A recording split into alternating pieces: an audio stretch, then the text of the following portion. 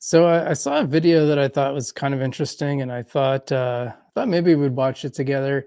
It's from All in Crypto. It's called "Leaked Algorand Algo Holders 2024 is going to be insane" in all caps.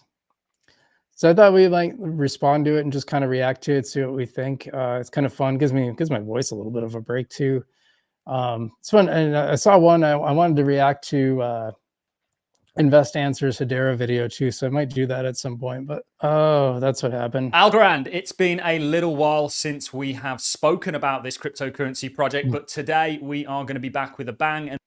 Okay, I realized what happened the last time. I forgot when you share a screen, you have to like bring it on the screen. It's a little different than the other ones that do it automatically. So now I see what you guys were saying about sharing the screen. Back with a video that I'm sure you guys are going to absolutely love. In this video, we are going to be taking a look at Algorand's roadmap for 2024 and actually going into 2025.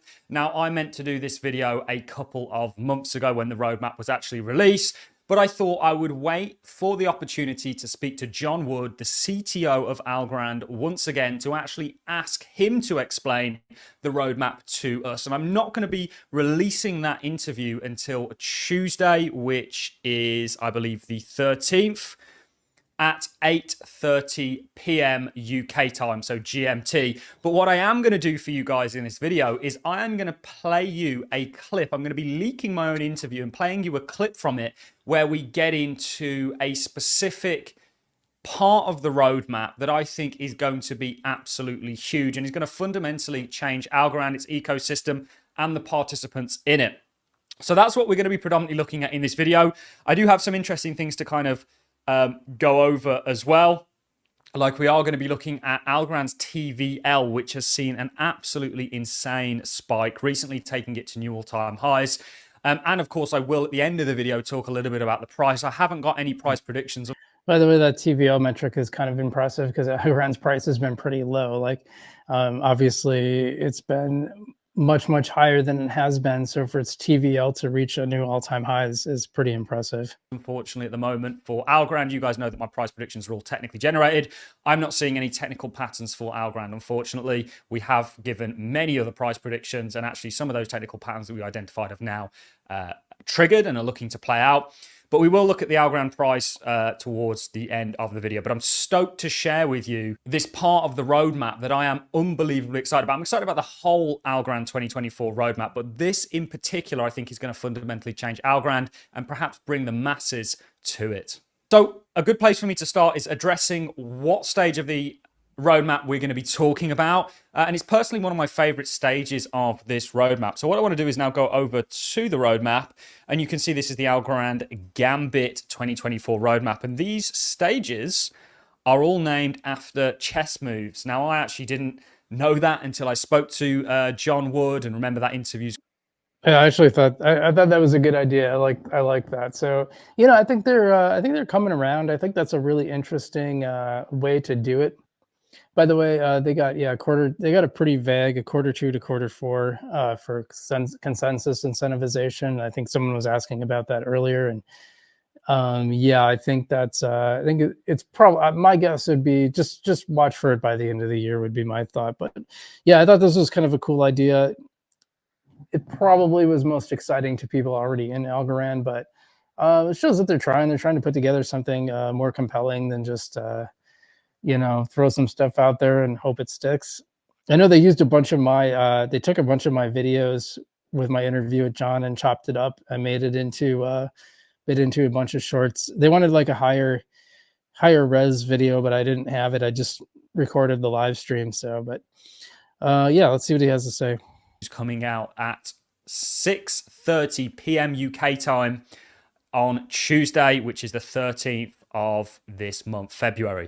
But the bit that I'm most stoked about in regards to this roadmap is the RETI, consensus incentivization. And let's read what they have on their roadmap about that, and then I'm going to be.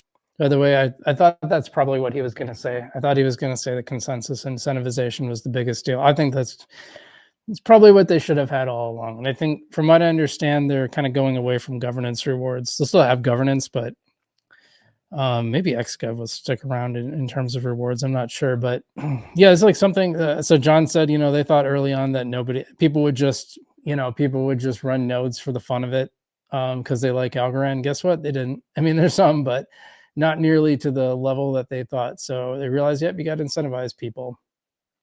And I like that they're doing it without this big scheme. Like the way Gala did it is you had to buy like a really, really expensive node, and then they were able to turn those node earnings off at any point too, which was really troublesome. But what they did with the nodes is they were like, every time someone bought one, the next one got more expensive. I mean, that seems pretty scammy to me, and I'm glad Algorand isn't going that route. Showing you the clip from my interview with John Wood, where he actually explains it in a little bit more detail. I'll give my take, and then we'll look at TVL and the Algorand price.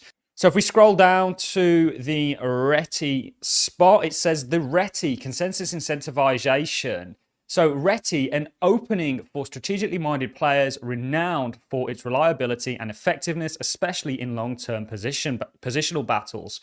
So this, of course, is the reference to it in the game of chess. Algorand is inherently designed for decentralization, and its pure proof of stake mechanism makes participation extremely accessible. This year, in the first significant upgrade to its consensus mechanism since inception, Algorand will now directly incentivize that participation. That is, Algorand will soon change the layer 1 behavior and reward block production. The impact of incentivizing consensus is that it will drive a surge in the amount of algo being staked and increase the number of consensus nodes in the network, thereby increase network security and decentralization. A point on that, we are going to look to set up an Algorand node. I'm going to get the whereabouts of that. So if anybody does want to stake with us, wait until we do have an Algorand node done, and we'll create some sort of a community. Yeah, and that's what's one of the things John talked about too, is like they assume that these nodes are going to develop a pooling system around them. So you won't have to necessarily run your own node. You can probably stake them with a pool like you can on just about every other network. Like Cosmos, there's validators that I stake with, and I earn like 14%, almost 13.9 or something like that.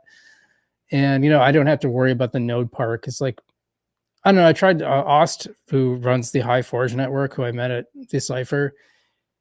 He developed a one-click node solution, and I couldn't quite get it to work on my computers. I think my computers are just too old. So, but that is something. So right now people are asking, how do you earn daily algo? At some point, I think that's going to be an option. I don't know what kind of percentages you're going to earn.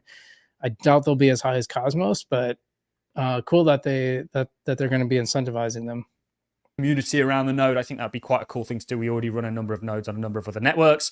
Certainly with the incentivization benefit, this is something that I'll really be looking to get into.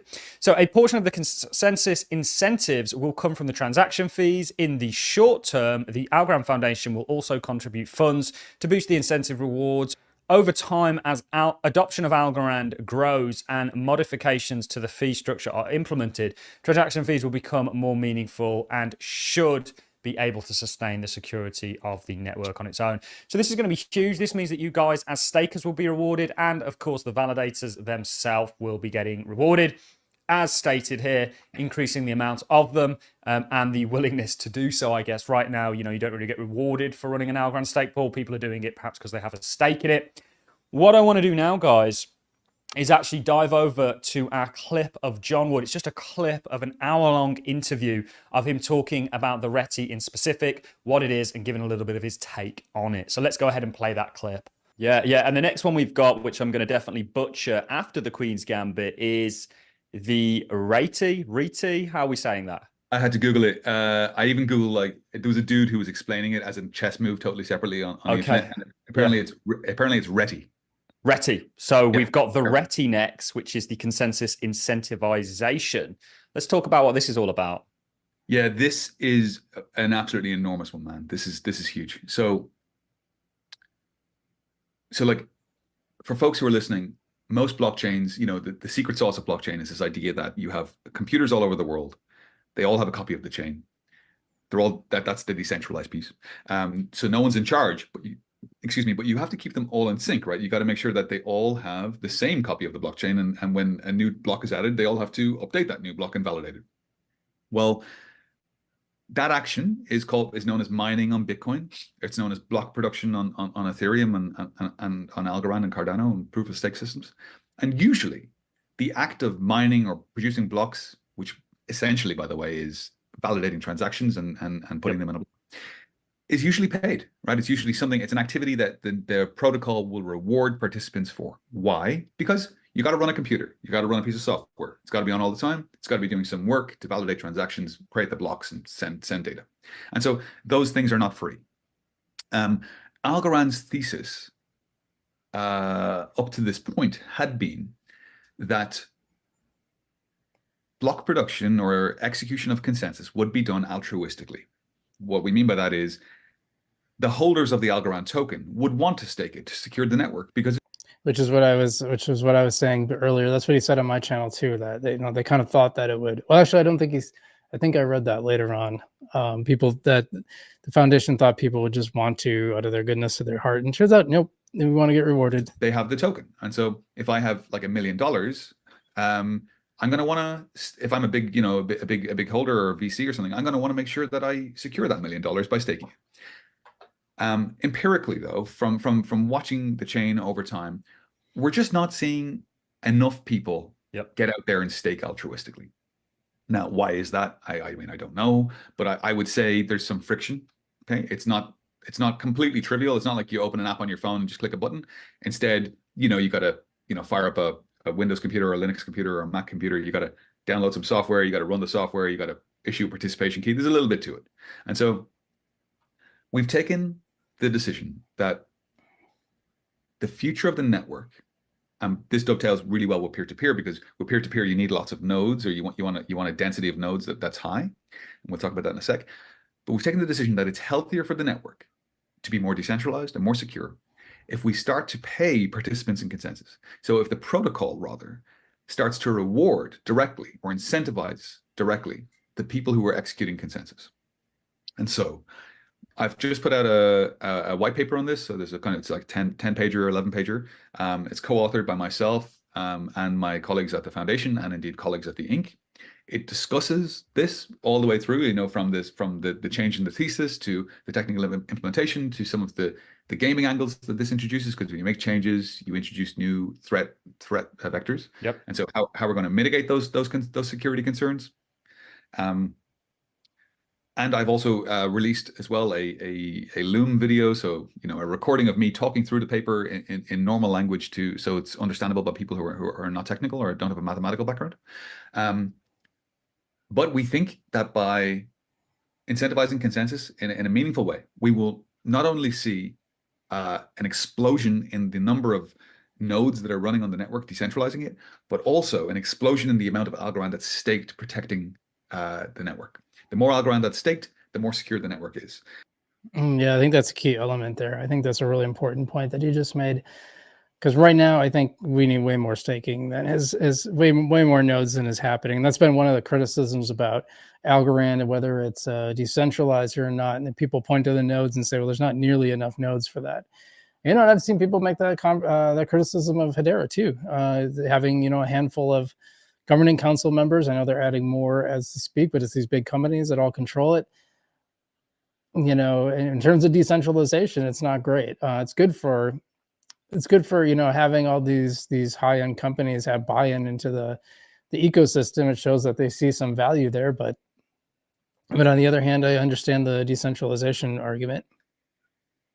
And just to kind of frame it and give some kind of reference.